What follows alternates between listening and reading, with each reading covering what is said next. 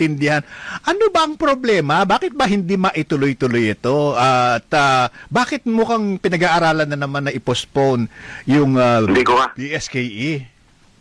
Hindi ko nga rin maintindihan yung mga politiko natin eh. Masyadong pinupolitika nila ang karapatan ng taong bayan sa pagboto. Yan naman eh, alam kong politika lamang yan, ano? At nangangako na naman sila para maging maganda na naman ang kailan dating sa mga barangay officials kasi malapit ang halalan na 2028. Kaya kailangan na medyo maganda ang dating nila, no? Pagkat naghahanap na sila ngayon ng mga kakampi. Yan ay political strategy na naman yan.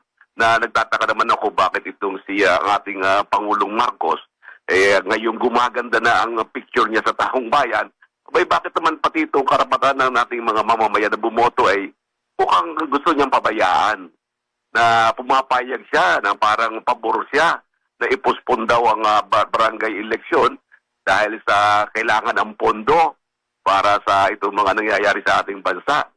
Siguro may yung mga legal advisor ng Pangulo ay hindi na siya nabigyan ng magandang payo. Kaya ako yung baka nakikinig ang Pangulo o ay yung kanyang mga advisors, bigyan nyo naman ng tamang advice ang ating Pangulo sapagkat ang turo nila sa Pangulo, sige ho, pwede tayo mag-postpone ng halalan at pwede nating i-realign yung budget para sa mga nangyayari ngayong mga oil price crisis natin na ganito.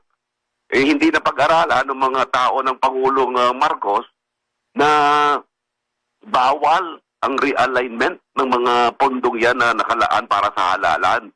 At sila nga ay pinagbawalan na ng ating Korte Suprema sa kasong Makalintal versus Comelec at pinagsabihan ang Pangulo na hindi kayo pwede mag-realign ng budget.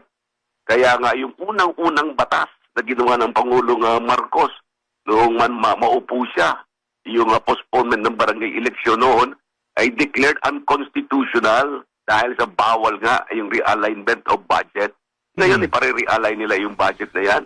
Ay mukhang ang Pangulo ay hindi nabigyan ng tamang advice ng kanyang mga advisors. Get the facts straight, fast, and fresh.